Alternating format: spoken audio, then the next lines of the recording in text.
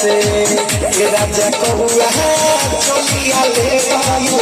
बाबे जंगला पटंगला से कि दिल पूरता लेके मुरता ओ दिल पूरता लेके मुरता नहीं देता में मंगला से राजा कौआ चलिया ले बाबू बाबे जंगला पटंगला से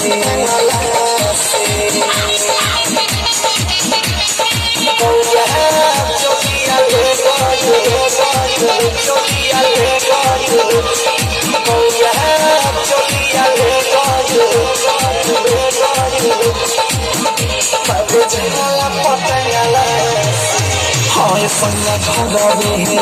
दिन सजावे दही पसाराले हो चकिया न बुझाले चुचादा मोड़ले हो चुचादा मोड़ले हो तबे महजाले राजा झकी जंगल से हो जंगल से राजा जंगल से किसना खड़ावे दिन सजावे दही पसाराले हो चकिया न बुझाए चुचादा मोड़ले हो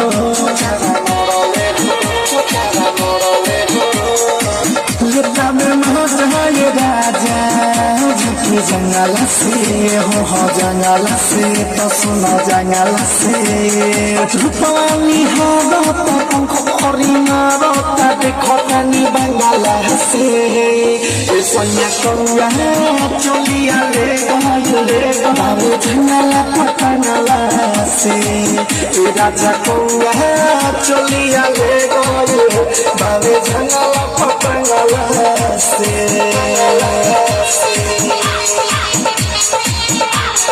कौआ चलिया ले कौआ चलिया ले डिजिटल रिकॉर्डिंग स्टूडियो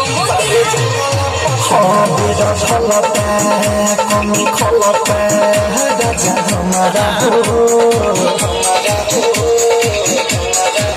तुहरा बिना बाकी सुना अपन कमरा और अपने छोड़ी के जल्दी बाहर के राजा बाहर खलता कमी खलता राजा हमारा हो तुहरा बिना बाबी सुना अपन कमरा हो